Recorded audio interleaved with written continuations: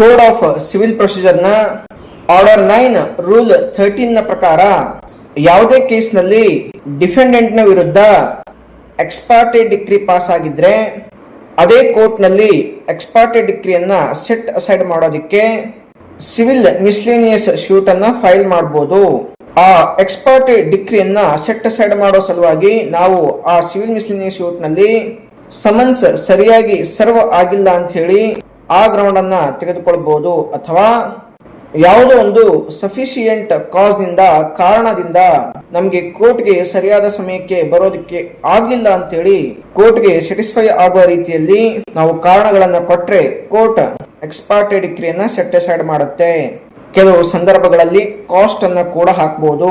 ಕೆಲವು ಕೇಸಸ್ ಗಳಲ್ಲಿ ಹೆಚ್ಚಿನ ಡಿಫೆಂಡೆಂಟ್ ಗಳಿದ್ದಾಗ ಎಲ್ಲರ ಪರವಾಗೂ ಕೂಡ ಆ ಎಕ್ಸ್ಪಾರ್ಟೆ ಡಿಕ್ರಿಯನ್ನ ಸೆಟ್ ಅಸೈಡ್ ಮಾಡಲಾಗುತ್ತೆ.